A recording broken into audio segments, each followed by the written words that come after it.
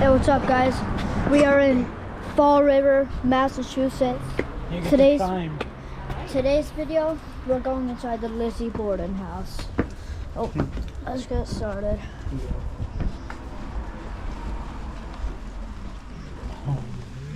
Filling one corner.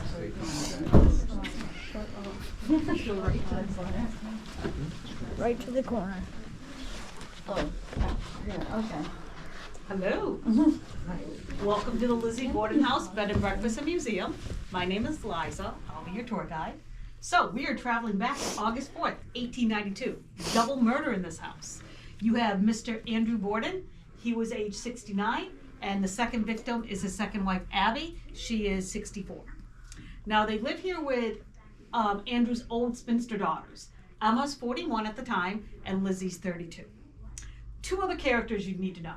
They have a live-in maid named Bridget Sullivan, but if you watch anything or read anything about the case, what do you want to say? She gets called Maggie from the family. Their previous maid's name was Maggie, and for the last 4 years, they never called her by the right name. So Maggie and Bridget are the same person. Like I said, in the movie, she's often referred to as Maggie, but her real name's Bridget. Then you have to know about Uncle John. John Morris was Andrew's brother-in-law through his first marriage, his late wife's brother. He happened to be visiting at the time of the murder. So you'll hear about his whereabouts. So the history of the house, originally built in 1845, it was a two-family home. When you walk through the house, it's going to look like a maze because it was a two-family home. There was one family on the first floor, second family on the second floor. There's no hallways in this house. Andrew bought the house in 1872, used it as a one-family home. So people will ask about what's original to the house. None of the furniture is original. So after the trial, the sisters move out. They put their furniture in storage. That storage place flooded. For 100 years, it was a private home. It opened as a bed and breakfast in 1995. So you will see crime scene photos and everything's been duplicated. The furniture is from the time period, but not original. What's original to the house are the doors, the woodwork. Some of it was done by Andrew himself. He had been a carpenter at one time. And the one modern thing he put in the house was radiators. So the radiators go back to Andrew. So Andrew made his fortune in real estate and banking. At the time of his death, he's worth $350,000 or $11 million today. Most people think the murders were done because of the inheritance. Andrew's wealthy, but he does not live that lifestyle. He is your epitome of Ebenezer Scrooge, does not like to spend his money. So in this house, he had no electricity, no telephone, no indoor water closet. People think it was done for the inheritance. So we will take the house room by room. We'll talk about where the murders happened. We'll talk about where everyone supposedly was. You can decide for yourself at the end, could someone have done it all by themselves? Could Lizzie have done it all by herself without any help? Could the idea of a stranger come into this house and do it? Keep this in mind. Do you hear things in this house? Keep that in mind, okay? Keep that in mind. You can hear people walk around and just keep that in mind. So, in this room, two big things happen in this room. 2 days after the murder, they have a funeral at the house. They use this room and the adjoining sitting room for the funeral. Open caskets. Every time I do research about what the heck, did they cover him? He gets it to the front of the face. I'm like, did they cover him with a handkerchief or something? All I read about is his head was positioned just so. Because I'm like, did they cover him up or something? Yeah. So about 70 people filed into the house that day for the funeral to pay their respects, and then thousands are gathered outside. 2 weeks after the murder, Lizzie is informed in this room that she's under arrest. She's the prime suspect. She's taken to the prison in Taunton, Mass. Fall River had no female facility at the time. So you know how history's made Lizzie out to be the villain, bad reputation? At the time of her arrest, she was well liked, okay? She comes from the Borden family. The Bordens at one time owned this town. Andrew's wealthy. He's not the wealthiest Borden by far. His relatives owned this town at one time, owned the factories, owned the shipping, okay? If you drive around town or go to the cemetery, you'll see the Borden name. So she comes from the dominant family of Fall River, okay? And Emma has all this money now, her sister. She buys Lizzie the best defense she could buy. One of Lizzie's lawyers happened to be the former governor of Massachusetts, who appointed one of the judges now on this case. So your lawyer appointed one of the judges. Nobody complained. Okay? The jury only deliberates for a half an hour. They have their mind set. They come back and acquit Lizzie, find her not guilty. Afterwards, they sat for a photograph like they're big time celebrities, gave the photograph to Lizzie. That's the photograph in between the windows. Over time, Lizzie remains in fall river. No one else was ever tried as a suspect. No one else was arrested, no other trial, et cetera, et cetera. That's when her name went downhill. So over the years, when no one else was treated as a suspect, people started to turn on Lizzie. So remember the nursery rhyme, Lizzie Borden took an axe, gave her mother 40 whacks? Mm-hmm. That was said during her lifetime. That, society started to turn on her then.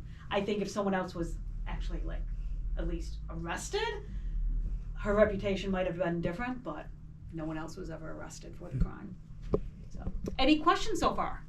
So was she like the O.J. Simpson? That's what I kind of think too, is if there was, remember O.J. Simpson case, if someone else was at least accused, maybe there would be doubt, but no one else was ever accused of it.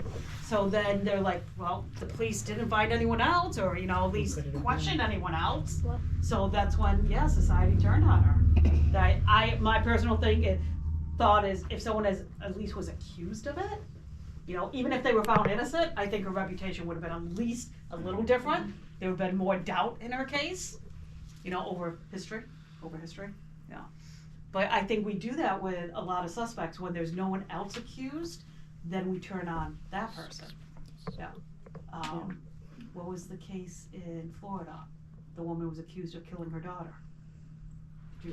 Casey Anthony. There you go. If someone else was accused, would she have been, how a lot of people think Casey Anthony is guilty? If there was someone else at least accused, would there be more doubt? I kind of think that way, that if someone else was at least accused of it, that, people would, maybe have some doubt of their guilt. She did it. She did it? Totally. Casey or Lizzie? Casey. That's what I'm saying. And like, Lizzie, I don't know. Yeah. Well, wait till They you got see my the house. vote. I Wait till don't you see know. the I can't house. judge yet. Yeah. Could she have done it all? Think about when you go through the house. Could she have done it all by herself? Yeah, I gotta see it. Yeah. When you hear where everyone was.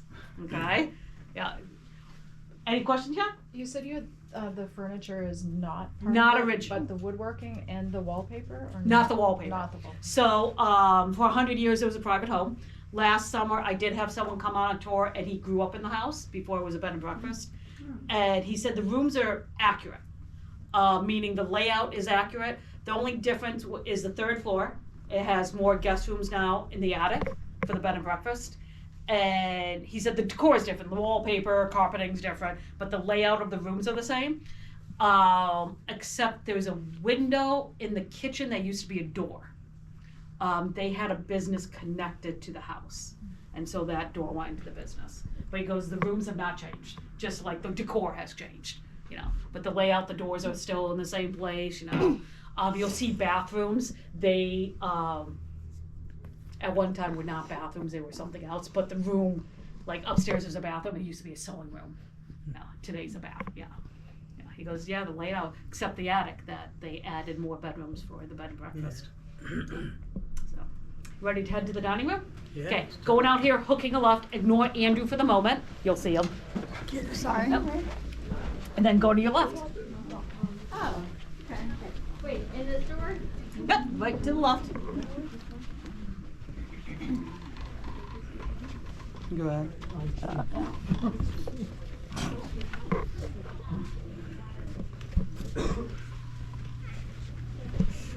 It's cool, huh? Yeah.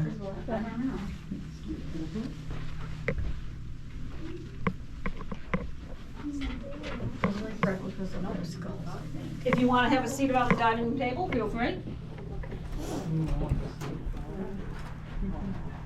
I like this one.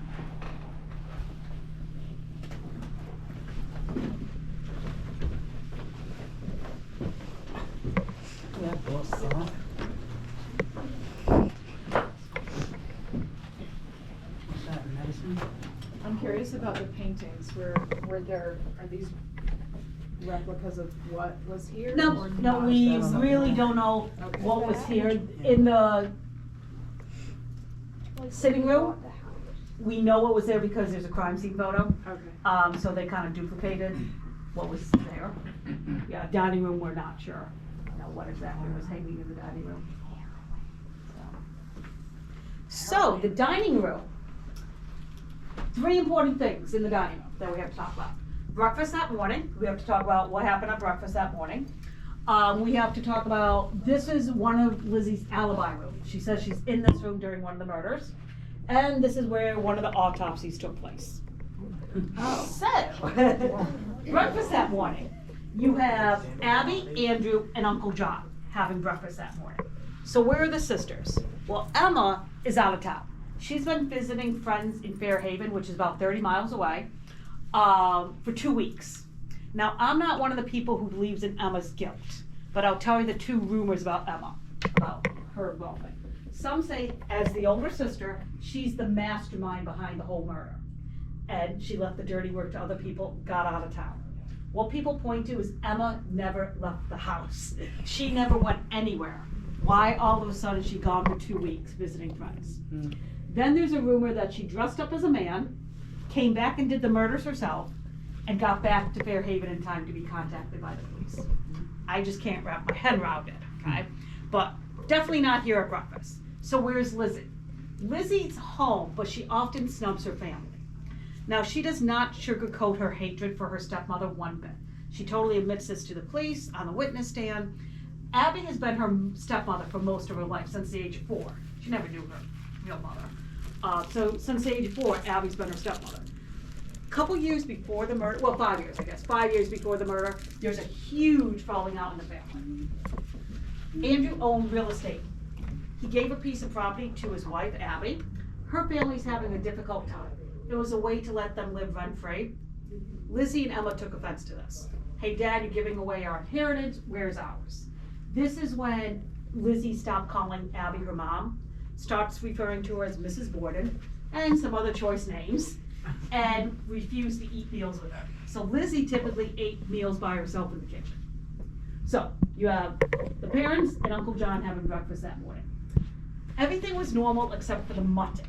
Mutton is lamb broth or lamb stew.